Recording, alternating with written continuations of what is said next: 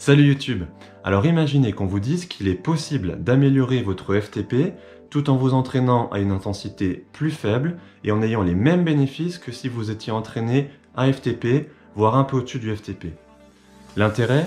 Moins de fatigue pour les mêmes bénéfices. Ça vous semble utopique? Eh bien pourtant, les travaux de recherche du Dr Kogan, un éminent physiologiste américain, ont démontré qu'il existait une intensité particulière en dessous de votre intensité FTP qui permettait d'avoir les mêmes bénéfices que si vous étiez entraîné à FTP, voire au-dessus. On en parle tout de suite.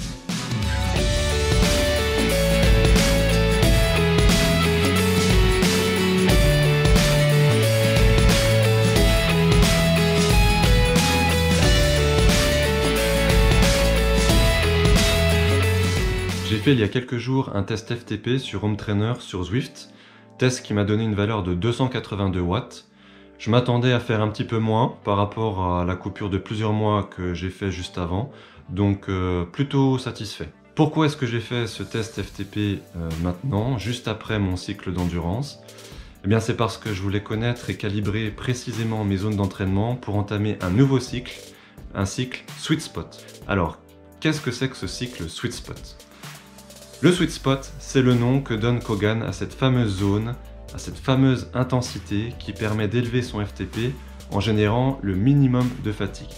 J'ai prévu aujourd'hui de faire une séance sweet spot, 3 fois 10 minutes à sweet spot. Comment s'entraîne-t-on à sweet spot? Quels sont ses impacts physiologiques? On en parle tout de suite sur le vélo.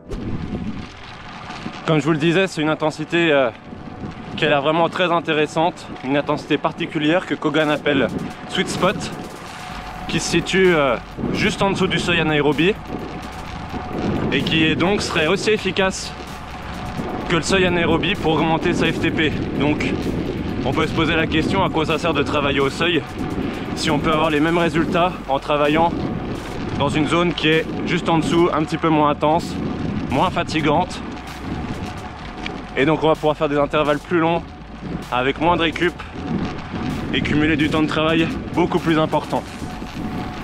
Et pour bien se rendre compte des bénéfices, eh ben Kogan il a rassemblé toute une liste des impacts que cette intensité a sur notre métabolisme, qu'il a rassemblé dans un tableau, et c'est vraiment très intéressant.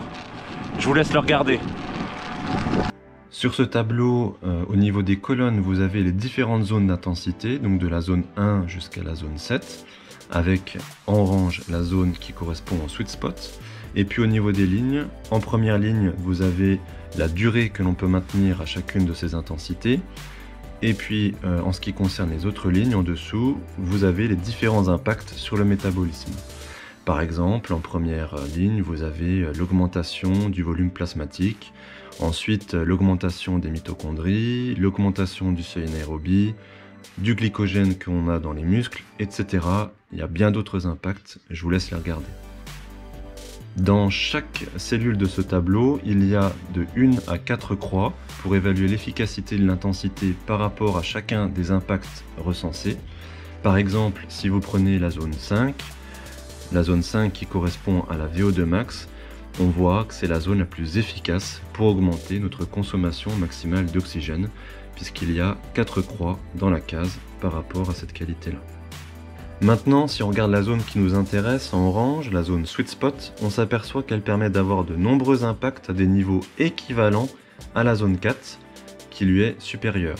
Notamment celui d'augmenter le seuil anaérobie, qui est directement lié à notre FTP, alors que le sweet spot est une intensité qui se trouve en dessous de notre seuil et que l'on peut tenir beaucoup plus longtemps, jusqu'à environ 3 heures, contre quelques dizaines de minutes pour la zone 4. Donc, si les impacts sont les mêmes entre le sweet spot et la zone 4, mais que l'intensité du sweet spot nous permet de cumuler un plus gros volume d'entraînement, eh bien la progression sera aussi importante, voire supérieure par rapport à notre FTP, pour un engagement qui lui sera inférieur au niveau de l'intensité. Ce deuxième schéma nous permet de déterminer avec précision la zone de sweet spot. Comme vous pouvez le voir, cette zone est assez réduite puisqu'elle se trouve entre 88% et 93% de notre FTP. Donc si je reprends ma FTP en exemple, 282 watts, 88% de 282, ça me fait 248 watts, et 93% de 282, ça me fait 262 watts. Donc ma zone sweet spot, dans mon cas, se trouve entre 248 et 262 watts, soit une zone de 14 watts d'amplitude. Donc c'est vraiment faible, et autant vous dire que ceux qui n'ont pas de capteur, il est quasiment impossible de se fier à sa fréquence cardiaque pour savoir si on se trouve dans la bonne zone sweet spot. Ce qui est important si vous vous entraînez en extérieur, comme c'est mon cas aujourd'hui, c'est de faire l'exercice dans une pente pas trop raide et surtout régulière pour éviter de sortir de la zone sweet spot dont l'amplitude est réduite.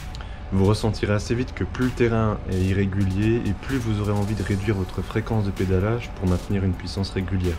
C'est pour ça qu'ici, je suis à une cadence qui pour moi est un peu en dessous de ce à quoi je suis habitué. Au cours des 3 intervalles de 10 minutes, j'essaie de maintenir une puissance régulière aux alentours de 260 watts, qui est la valeur haute de ma zone sweet spot, parce qu'il faut savoir qu'en extérieur, les watts que l'on est capable de sortir sont un peu plus élevés que sur un home trainer sur lequel j'avais fait mon test FTP.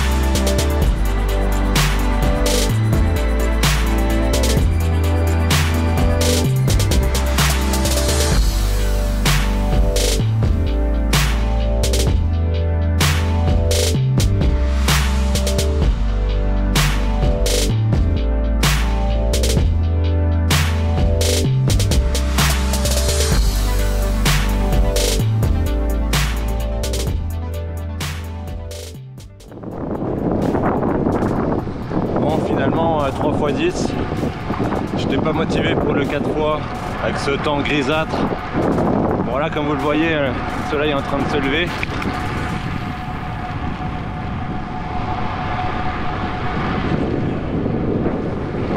Donc les sensations étaient plutôt bonnes, même si sur le 3e intervalle ça commençait à chauffer un peu, mais bon, rien de méchant. C'est vrai que c'est quand même beaucoup moins difficile que des intervalles au seuil. Et donc, prochaine séance, on passera sur du 3x15 je pense. Les 3x15 sur home trainer,